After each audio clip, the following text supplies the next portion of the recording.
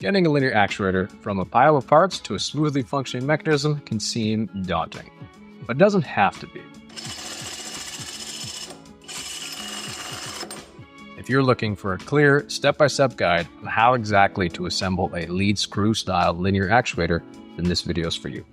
By following along, you'll not only build your own actuator correctly, but also gain a practical understanding of how each component fits and functions, which is essential for effective building and troubleshooting. This skill will improve your ability to create precise and reliable motion in your robotics projects.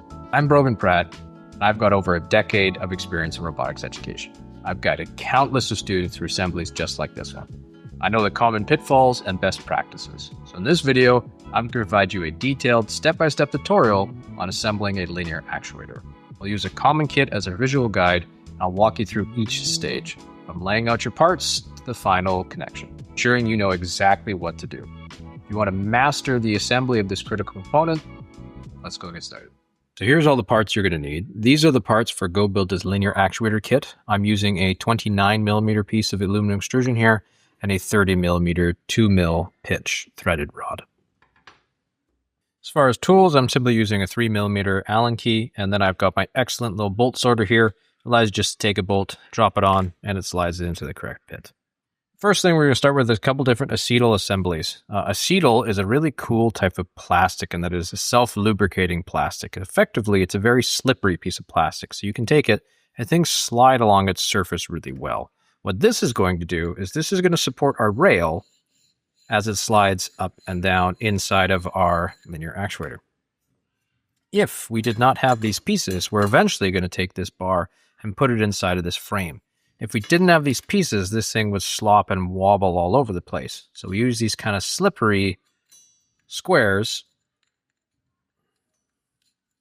as a way of holding this thing nice and secure up in the top.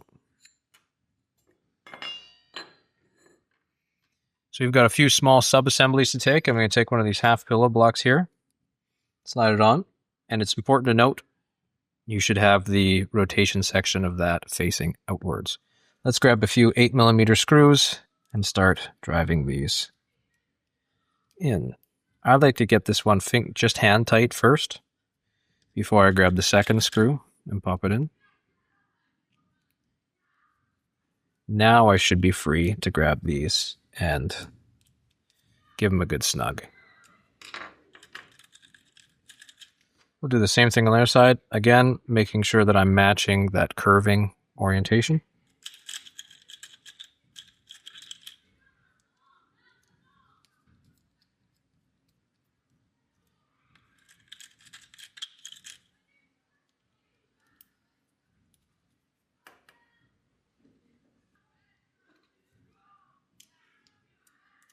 With those hand tight, we can give them a good little snug up. We'll go ahead and repeat this for the other sub-assembly.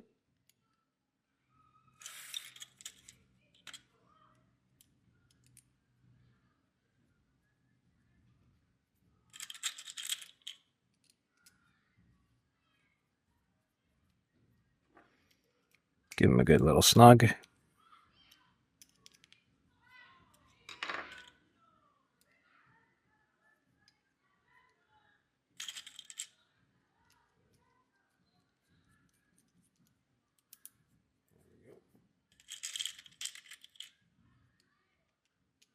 Starting these fasteners by getting them hand tight really helps you make sure that you have everything properly aligned, because there's always a little bit of play in some of these holes. So we've now got these two sub-assemblies set up. We're now free to mount them in the back of our U-channel here. Inside of a U-channel, I'm going to line them up so that these half pillow blocks are facing perpendicular to our piece here. And I'm going to go ahead and mount them on either side of this U-channel here. So I'm going to count in 1, 2, 3, 4 holes for this unit, and then another 2 holes for the other unit. Again, we're going to be using 8mm screws for this.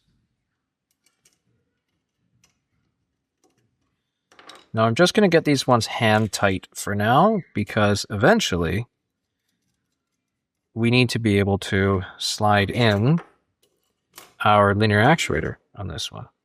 And if we tighten these ones all the way and we try to get that piece of aluminum extrusion through, you're going to have a hard time lining up those pieces. So these ones are just hand tight for now. We'll come back and assemble them later. We'll fully tighten them later.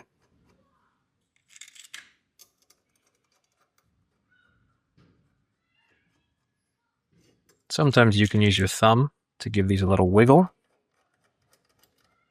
as you are placing them in line if you have a hard time assembling these.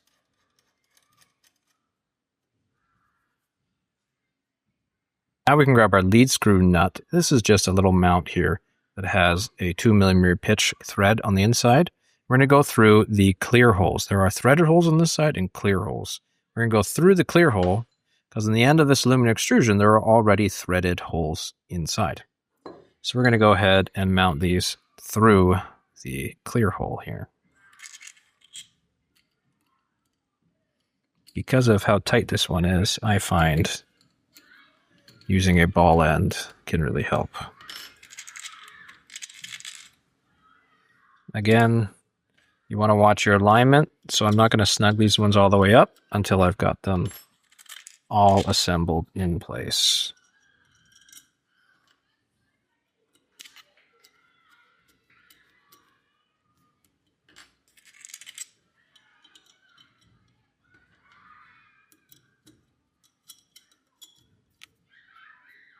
So now I'm going to tighten these down in a cross pattern. Cross pattern just makes sure that I'm nice and stable all the way around. Okay. Now comes a bit of fun with the lead screw. You need to go ahead and thread it onto this piece and thread it all the way down.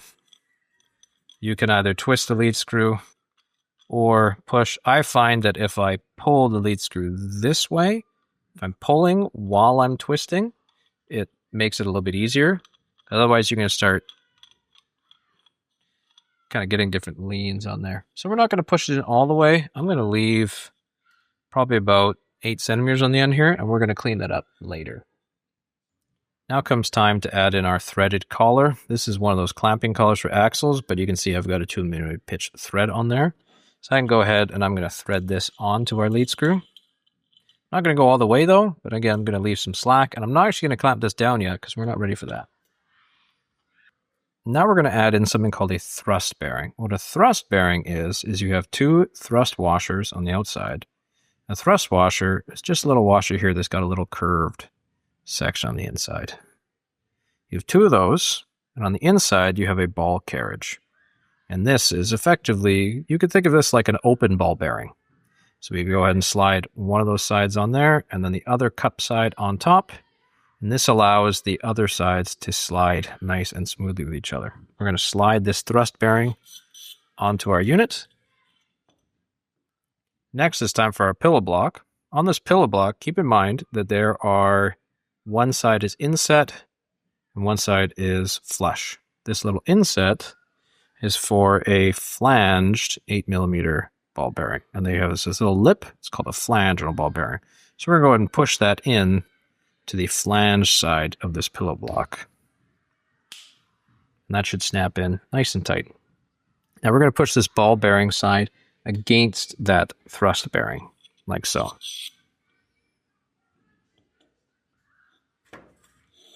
Now we're free to take our main lead screw unit, slide it through those acetal sections.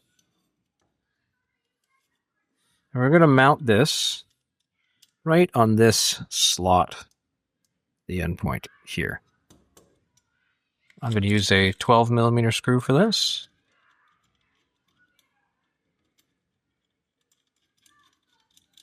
And I'm just going to get this side just finger tight for now before I put the other side on to make sure that I can line it up. Oops. With that other hole as well. Now I should be free to give these guys a good snug up. At this point, you're also free to snug up these other screws now that we have set our lead screw properly.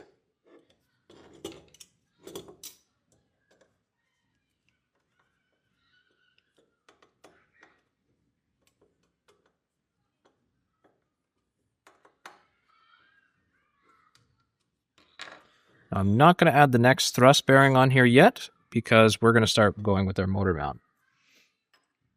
Now it's time to decide the orientation where your motor is going to go. You could put this on any of these 3 points. You can put it on this side, put it here, or put it here. It actually doesn't matter.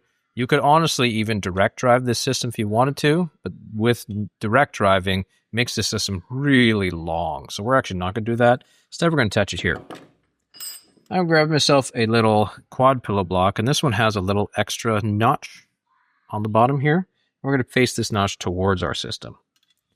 So I'm going to go ahead and line it up so I get it on these far 2 screws here.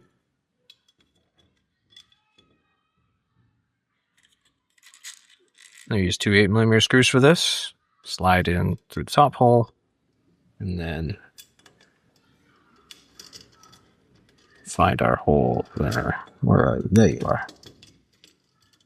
Again, I'm not going to crank this one down all the way right now, because if I do that, it makes it really challenging to line up the next hole.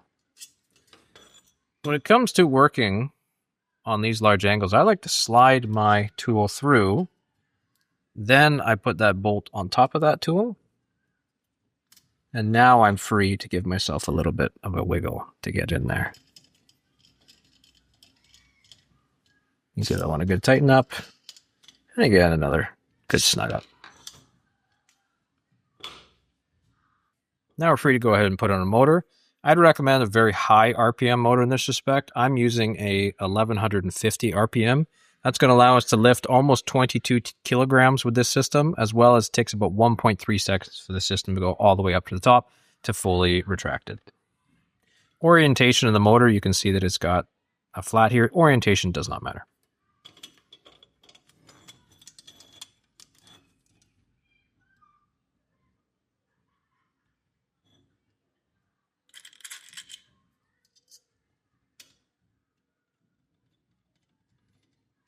Again, I like to get at least 2 started here because it makes it so much easier for lining up your screws, especially on these motor mounts. If you have to put 4 in, it's really easy to get off-centered and not be able to place them in.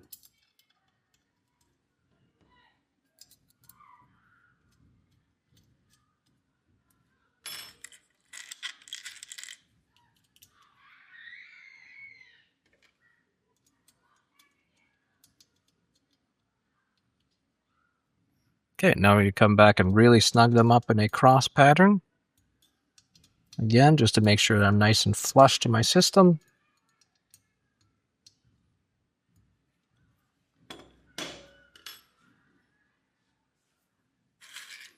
Now comes time for another couple sub-assemblies. Here we grab 2 60-tooth gears. These are hub-mounted gears. You could also use acetal here. You don't have to use aluminum. And one of these is a hyperbore hub with threads on the inside. And the other one is a D shaft or a hex shaft. Depends on what motor you're using. I'm using a D shaft motor here, so I'm going to make sure that I'm using a D shaft clamp. Now, as far as orientation on these go, one of them is a shallow side, and one of them is a flush side. For our sonic hub, we're going to put the flush side towards the hub itself, mounted on top of this little flange. And we're going to do the opposite for the other side.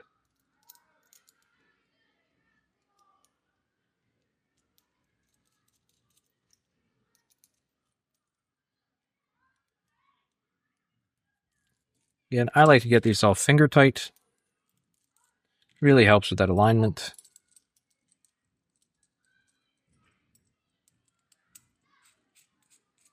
And now I'm free to give these a good snug on the first pass. If you were to put this in a full competition robot, you may want to consider Loctiting these so they don't come out. Now on this side, I'm actually going to take the flange side and I'm going to put it against that hyper hub.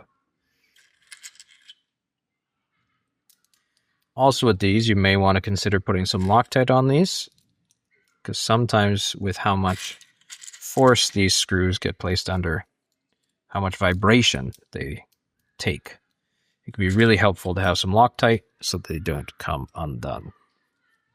You definitely don't want, if you're going to be using this as a lifting mechanism, you definitely do not want your part coming undone partway through. So with your 2 gear sub-assemblies complete, we're now free to grab that other thrust bearing, slide it on to our threaded rod. Ooh. And I'm going to grab that threaded piece. How these systems work is they have a little bit of a cut on the inside. And there's 2 bolts. There's threaded holes on this side and a cut on that side. Same thing. Through hole on this side, cut a hole on that side. And as you screw this bolt in, you're actually clamping the aluminum. You're actually bending the aluminum together so that it pinches onto that piece. So I'm going to take this hub, I'm going to mount it backwards this way so that the hub is against our thrust bearing. So now I'm going to go ahead and twist this point until we're nice and flush on the end, and then I'm going to push against that ball bearing, and I'm going to use my thumb to check that my lead screw is still flush with the end of that sonic mount. And I'm pushing against that thrust bearing, not with a ton of force, but enough to make sure that I'm nice and snug. I'm going to go ahead and clamp this up, give it a twist, again, making sure my thumb is still pushing up against that thrust bearing. Give that a little twist. You don't have to clamp these down like crazy either. You're also free to go ahead and mount down this other locking hub as well. On this one, I'm going to make sure that I'm going to be pulling with it on my thumb this way as I clamp down this rod. So now we should be able to rotate this point, and you'll see that our lead screw actually moves and rotates to move up and around the point. Let's go ahead and get this under some power. We're going to grab our D shaft, mount it onto our 60 tooth. And again, here I want to make sure that I'm nice and flush with my gears here. I don't want to have gears mesh like this, because that's going to cause some issues. So I'm going to make it nice and flush. I'm going to hold my thumb on that place as I clamp down on either side of this hub. Again, same deal with these ones. You want to go from one side to the other side. Give it a good little clamp. And a nice little snug. Again, doesn't have to be crazy. And now as my motor rotates, you'll notice that lead screw transfers around. So let's get this thing under some power and see what it looks like when it's all together. Let's take a look at our setup really quick here. I've got a 12-volt battery pack here, hooked up to a 30-amp RoboClaw motor controller, and then I'm using a CircuitPython board to control this. This motor has a built-in encoder added on it, so this is how I'm keeping track of things moving up and down. So let's take a look at this system in action.